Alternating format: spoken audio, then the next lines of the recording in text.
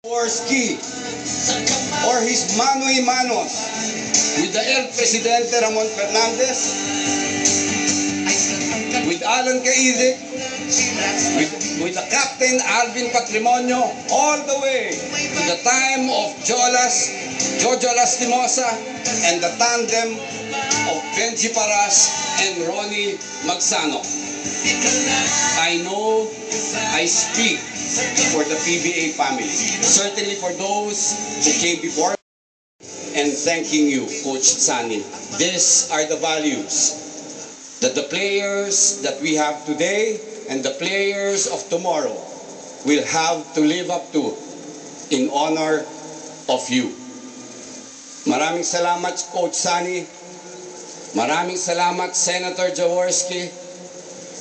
At oo nga pala, Jaworski. Tumayo po tayong lahat.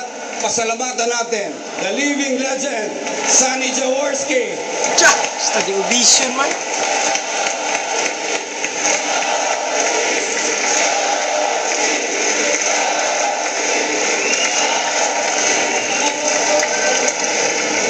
May we now call on, once again, Robert Jaworski to receive the plaque of appreciation from the PBA, and may we also ask members of the PBA Board of Governors to help Commissioner Salud present the plaque of appreciation.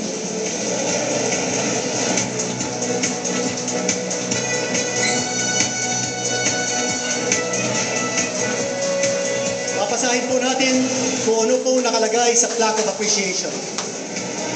This plaque of appreciation is given to Senator Robert Sonny Jaworski in grateful appreciation of your invaluable contribution to our country, particularly in the field of sports and public service, for providing an inspiring story to all Filipinos that one can overcome all obstacles through hard work and determination, for all the years of joy you gave to the fans, first as a player and then as playing coach, for representing your country with distinction whenever called upon to play for the flag and winning honors for the motherland, for giving our local professional league a central personality in its first quarter century of existence, continuing on today as a beacon for its prosperity, and most of all, for being the one, the only living legend of Philippine basketball.